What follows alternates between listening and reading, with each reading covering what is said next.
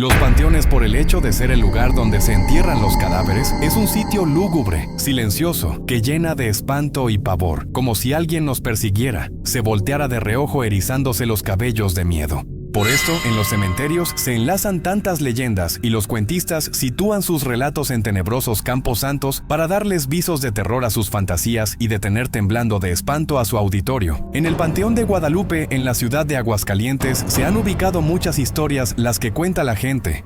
Y tan solo al pasar frente a él, se apodera de las personas un miedo como si un muerto saliera a perseguirlas. Una de tantas leyendas que corren de boca en boca es la que escribió el profesor Alonso Montañez, en la que relata que el señor Jesús Infante, un conocido cantero del lugar, fue requerido por don Carlos Espino para realizar un trabajo. Para él muy importante, pues era terminar un monumento familiar en el Panteón de Guadalupe, con la súplica que el trabajo debería ser terminado el día que le había fijado don Carlos. Don Jesús aceptó el compromiso e inició su labor dentro del cementerio, siendo más laboriosa la faena de lo que él pensaba. Se acercaba el plazo y el cantero estaba nervioso por saber que no era posible terminar que le habían encomendado. Solo faltaba un día y al ir por un andador al recoger un material, escuchó ruidos extraños, volteó para ver si había una persona, pero al sentirse solo se le enchinó el cuerpo y siguió escuchando un track, track, track. Platicaba don Jesús que en aquel momento las piernas no le respondían. Quería correr, pero no podía porque las extremidades inferiores las sentía de plomo. No pudo gritar, la voz no le salía y sintió que los pelos se le pararon como un resplandor.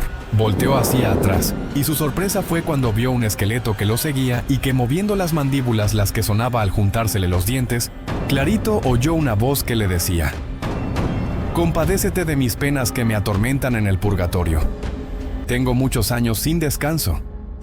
Pide a mi abuelo padre de tu abuelo, de que los 12,000 pesos en plata que están al pie de la alacena, que está en la cocina a vara y media de profundidad, te dé 100 pesos, de los cuales darás 50 al padre de la iglesia para que me diga 3 misas. Yo te recompensaré dándote el alivio de tu susto. Si no cumples con mi encargo, no sanarás». El pobre hombre no supo qué hacer. Al ver al esqueleto caminando y meneando las mandíbulas, con voz de ultratumba que se dirigía a él, pensó que iba a caer privado, pero sintió que una fuerza sobrenatural lo sostenía y de pronto pudo moverse y salir despavorido, sintiendo tras de él el esqueleto que parecía lo correteaba.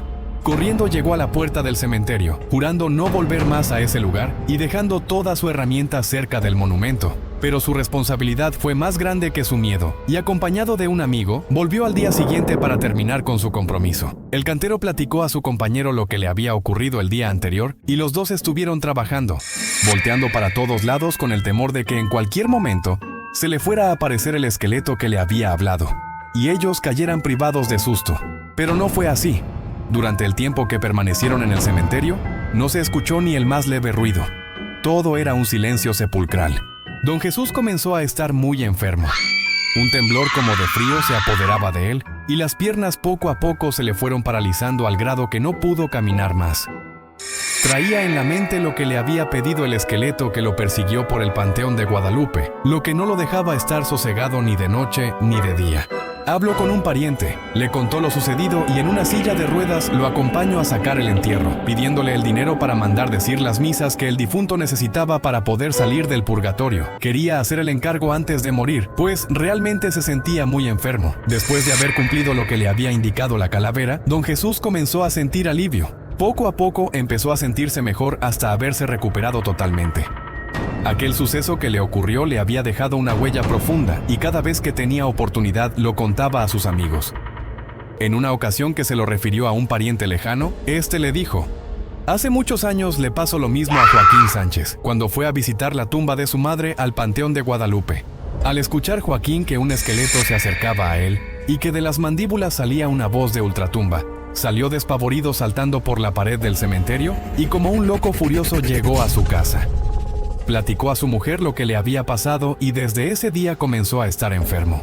Solo que a él no solamente se le paralizaron las piernas, sino que quedó lelo, perdió el habla y al poco tiempo falleció».